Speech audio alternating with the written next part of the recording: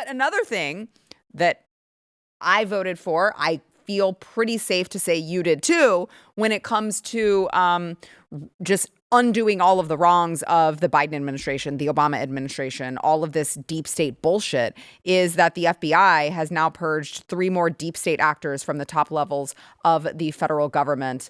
Here's this Daily Mail article. Trump starts firing purge of top FBI agents opposed to his administration as they decry retribution. Now, I'll let you be the judge. If you think that this is retribution and they don't have a valid reason to be fired. This is Brian Driscoll, Stephen Jensen, and Walter Giardina. Now, Brian Driscoll, let me tell you about him. He was a former FBI acting director appointed in January 2025, and he was replaced by Kash Patel. So he was appointed in January 2025, replaced by Kash. Don't need him. Just don't need him. No reason for him anymore. Stephen Jensen, acting director of the FBI's Washington field office. And he, let me just tell you, heavily involved in the January 6th investigation. I see that. Gone. No, thank you. We don't need that anymore. No, we're not into political persecution, at least of the right. Listen, this needed to happen. In fact, it's not enough. I mean, they need to go through the FBI with a fine-tooth comb because nobody trusts them anymore. No. And with very good reason. Yeah, of course. Yeah. I mean, when we have questions about, sorry, but Kash and Dan, and I love both of them. I now have questions that I would like answers to. I do hope, and I am cautiously optimistic that I will get those answers, right? But I do have questions now.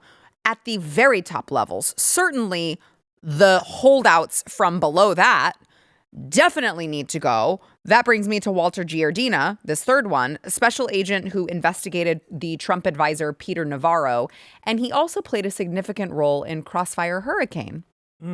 Yes. Which was extremely illegal. Special counsel Mueller's investigation, he was a part of that as well, and the Dan Scavino, Roger Stone, and Hillary Clinton cases. So apparently there was a press release back in June from Senate Judiciary Chairman Chuck Grassley's office, and according to whistleblowers, Giardina was an initial recipient of the Steele dossier and falsely said that the report was corroborated as true. He stated openly his animosity towards President Trump and made known his personal motivation to investigate Trump, and electronically wiped the laptop he was assigned while working for special counsel Mueller outside of established protocol for record preservation, raising the possibility that he destroyed government records. Oh, by the way, he instructed agents to use false emolument clause predication on President Trump to, quote, dig around. Also was a case agent assigned to the Crimson River case, later changed to the Red Masari. This case was leaked roughly 90 days before the presidential election in an attempt to falsely discredit President Trump. I want you to pay close attention to the last sentence that I uttered, at least the last part of it. In an attempt to falsely discredit President Trump. That means they knew that it was not true and they wanted to discredit him anyway. Now, if you don't believe that there are, you know what? I think it would be low to say hundreds more just like him. Oh, yeah. I mean, we're talking thousands more just like him, because that's what happens in big government. There are thousands more just like him. If you don't believe that they are still there, you're crazy. This has to be, I mean, remember, we were saying before the election, burn the whole thing down. Burn the whole damn thing down. And so I am hopeful that it's like, okay, if we're releasing top, like high level people who were involved in all that type of thing, and now we're like, you're fired, I am hopeful that that is going to trickle down. It just can't stop here. Yeah, I mean, I think that's what they're going to do. Look, when COVID happened, and all those great patriots said, I'm not taking the vaccine, and they got booted out of the army, they got booted out of police forces, they got booted out of the FBI. That there are some good people that took the vaccine that stayed in, but what they did was they basically alienated and got rid of anyone that might really stand up against the people that are above them that might be corrupt, right? And I think that's a really important thing to note. So what do? You get rid of these people who stand up for what they believe in, that have morals, and then you've got to bring other people in, right? Yeah. So who do you bring in, especially if you know who the top brass are? I had a long conversation with my friend Tim Clemente, who's in the FBI for a long time. I know a bunch of FBI agents, and I know a lot of them that left. In the same way I know a lot of people in the military that got to colonel, and they're like, we don't want to go and become a general because all of a sudden that becomes a political thing. You know, I have to kiss the ring. And that's not the way it should be. I mean, we see it with DEI. What we need to get back to is impartiality and people that are good at their job. Like just simply, I mean, and the DEI thing is a massive problem. I mean, wait until you see the amount of females that were promoted and female, I hate to say it, minorities that were promoted in a very short period of time. I mean, you had me at female minorities. Oof. I mean, it's a double whammy, right? Oof. I'm not even going to say the third one. I'm not even going to say the third aspect of it. But it is a major problem. And when you also have to look at who the recruiting was targeting over the past few years.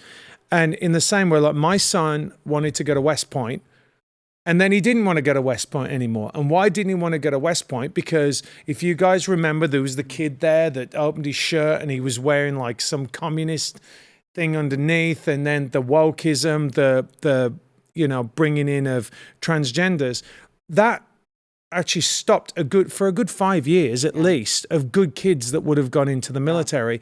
In the same way, it stopped good people from joining the FBI, because normally it's patriots. So I think the FBI mainly recruits from, if I'm correct, now you guys can correct me if I'm wrong, like mainly from places like Notre Dame and Brigham Young, believe it or not. Really? Yeah.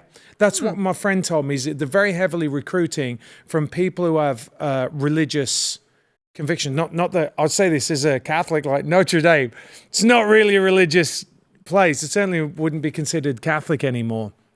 But it does lend to a backbone of morals. And I think that is kind of gone.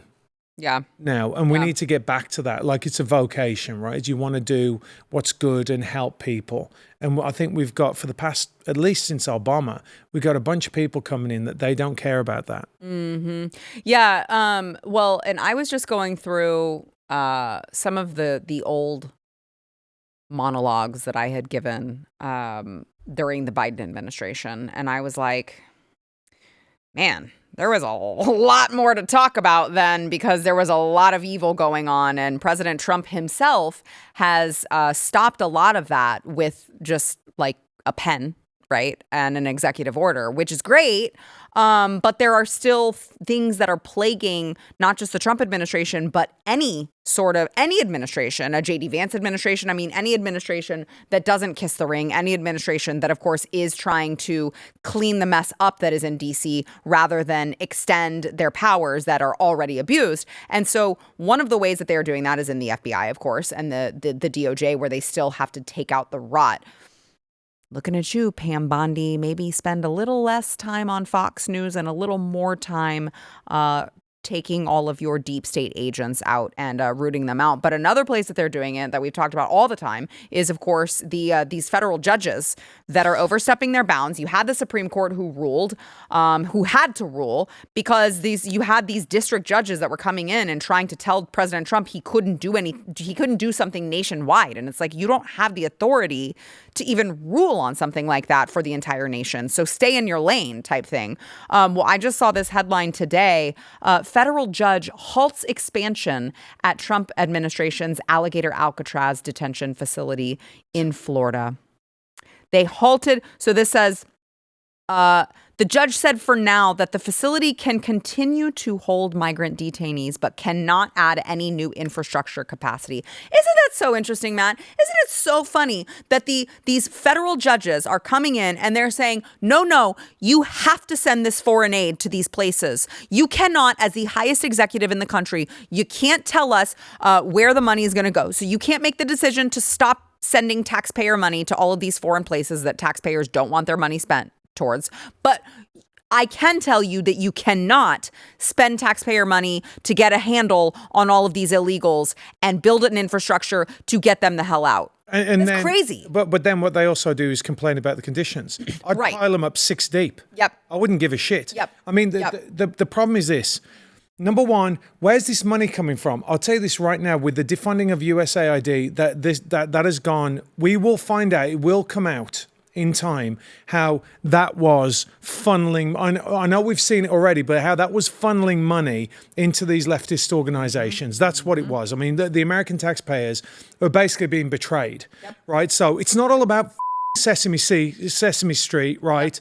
Don't believe what they say, right? It's also they like made Elmo gay or something. So who cares if it is about Sesame? I mean, don't let your kids watch it. Yeah, but I mean, Elmo's not gay, but I think there's a gay. There's something about gay. Well, this is the problem, and I was actually talking to someone about this, just a little segue, about what's going on in the movie industry right now, is that people saying, oh, it's fatigue.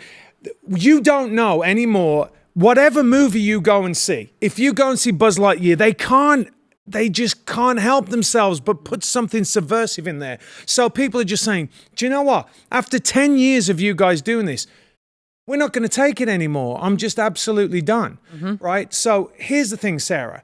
Until we get to the absolute bottom of who is funding these judges' campaigns and getting to the root cause of it. Look, we know this. We know the way that in years gone by, if you wanted to get a drug dealer, you let the little fish go, right? You would, the FBI or the DEA are bringing a case, and what they're doing is they're going for the big fish. They're going for the big narco. Why aren't we doing this right now? Why? Because we know who one of them is, right, that's done this for a very long time. And I've been scratching my head for years. And by the way, don't get me on this, because nothing happened about the IRS, which should have been closed, right? Because what they did to especially conservatives and Catholic charities, the way they targeted them, nothing happened. And the one thing that I see over and over and over and over again on social media is there have been no arrests. There have been no arrests over COVID. There have been no arrests over the IRS targeting. There's been no arrests over Epstein. We can just go on and on and on. Yeah. And it's going to take something massively radical, which I think what we're seeing right now is that, like Pete Hegseth going, I don't give a shit. Yeah. I'm going to go and do what I need to do. I don't care. Right. And that is what is needed. But Sarah, it's just to get it back to normal. Right. And the amount of years that it's going to take to get there is... And once Trump's gone... Yeah. It's gonna, like, we're gonna need JD Vance. We have to have JD Vance. Yeah. They will undo it in 5 seconds flat. If you like this clip and you want to see the full episode, click here. And if you want to subscribe to the channel, come on, you know you do. Click here.